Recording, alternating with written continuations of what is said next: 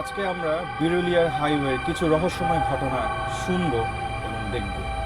এবং আজকে বেশ কিছু ঘটনার মধ্যে অন্যতম ঘটনা হচ্ছে এখানেই একজন মৃত্যুবরণ করেছিলেন পানিতে ডুবে, এবং তারই সহপাঠী আজকে আমাদের সাথে আছেন। মর্মান্তিক যে ঘটনাটা আপনার সহপাঠীর সাথে ঘটেছিল, সেই ঘটনাটা আজকে আপনি আমাদের রহস্যের পুরো ইউনিটের সাথে শেয়ার করবেন।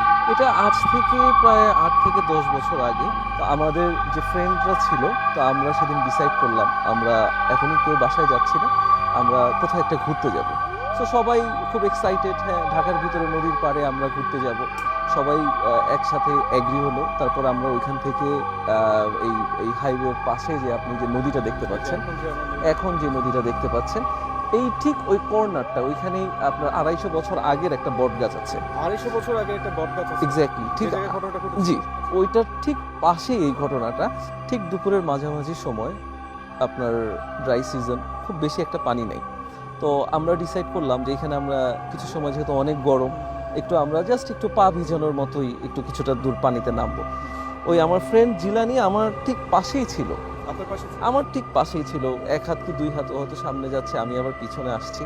একটু দূরে আমাদের আরেকটা ফ্রেন্ড ছিল, ও চিৎকার করে উঠছে যে জিলানি ডুবে যাচ্ছে, জিলানি ডুবে যাচ্ছে। তো আমরা খুব হতভম্ব হয়ে এইখান থেকে এখানে ফার্স্টে আসলে বুঝতে পারিনি, ভাবছি এটা হচ্ছে ফান হচ্ছে। পরে ওর সাথে আরেকটা ছেলে ছিল, ইমরান, আমাদেরই ক্লাসমেট। ও দেখি যে ওর সাথে ডুবে যাচ্ছে এবং ও খুব চিৎকার করছে। এরকম করতে করতে আপনার মনে 1 থেকে 1.5 মিনিট এর ভিতরেই ইমরান উপরে চলে আসছে। ও বললো যে আমি আর পারলাম না, এই বলে খুব হাউমাউ করে কান্না শুরু করলো। তো তখন তো আমরা ওই পাশ পর্যন্ত গেলাম, চেইন করে করে হাত ধরে ধরে ওই পর্যন্ত গেছি, আমরা কিছুই পাইনি। এরপর আমরা পুলিশকে জানাই, থানাকে জানাই। তারা আমাদেরকে বললো ফায়ার সার্ভিসে কন্ট্যাক্ট করার জন্য। 2 ঘন্টার মধ্যে আপনার চলে আসলো সেই পুরান ঢাকার থেকে, ওরা পুলিশ আসলো। আসার পর সবচেয়ে অবাক করা যে বিষয়, যে ওকে আমি দেখলাম একদম মানে পাড়ের সাথে, ওকে কিন্তু ফায়ার সার্ভিসের ডুবুরিরা এসে নদীর মাঝখান থেকে ওকে উদ্ধার করলো। নদীতে কোনো স্রোত নাই, কোনো ঝড় নাই, বৃষ্টি নাই, পাওয়া তো গেলই না, সে কিন্তু ওইখানে চলে গেল। এবং আমার ফ্রেন্ড যে ইমরান, ওর সাথে যখন ফায়ার সার্ভিসের লোকজন কথা বলছিল যে মানে আসলে বিষয়টা কি, আপনি তো ধরে রাখার চেষ্টা করেছেন, ও বলে প্রচন্ড একটা শক্তি নিচের থেকে টানছে, যেটা আমিও ওকে ধরে রাখতে পারতেছি না, এবং সেটা খুব ফোর্সফুলি ছিল, খুব স্পিডি ছিল। তারপর তাকে ওইখান থেকে উঠানো হলো। ওঠানোর পর আমরা এই মাজার রোডে একটা হসপিটাল ছিল, সেখানে ওকে নিয়ে যাই। সেখানে থেকে তাকে ডেড বললো। তারপরও আমরা আশা হারাতে চাইনি, আমরা ঢাকা মেডিকেলে নিয়ে গেলাম।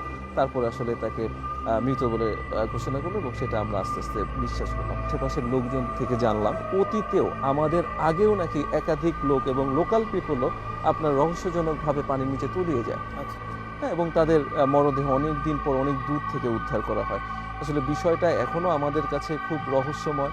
আসলে শিবপুর ভাই, আপনাকে অনেক ধন্যবাদ এত রাতে আমাদের পুরো ইউনিটকে সময় দেওয়ার জন্য।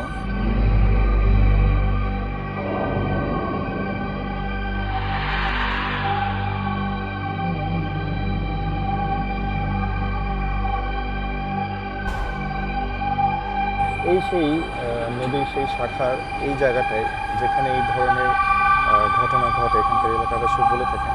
আপনারা লক্ষ্য করেন আমাদের থার্মাল স্ক্যানারে আসলে পুরো পানিটাতেই টেম্পারেচার দেখাচ্ছে, এবং এখানে আমরা বুঝতে পারছি আসলে ঠিক এই জায়গাগুলো দিয়ে তাদের বিচরণ রয়েছে। Red mark, that means temperature উপস্থিতি পাচ্ছে আমাদের থার্মাল স্ক্যানার। ডিয়ার ভিউয়ার্স, কোনো কিছুর উপস্থিতি না পেলেও আমরা কিন্তু ধরতে পেরেছি আসলে থার্মাল স্ক্যানারে কিছু প্যারানরমাল এন্টিটির এখানে আসা যাওয়া আছে, এবং তাদের একটা পোর্টাল অথবা ডোরওয়ে হিসেবে আমরা এখানে দেখানোর চেষ্টা করেছি আপনাদের। তো আমি ফারজাদ আজকে এখান থেকে বিদায় নিচ্ছি। আবার কথা হবে এবং দেখা হবে রহস্যের কোন এক পর্বে। সবাই ভালো থাকবেন, ধন্যবাদ।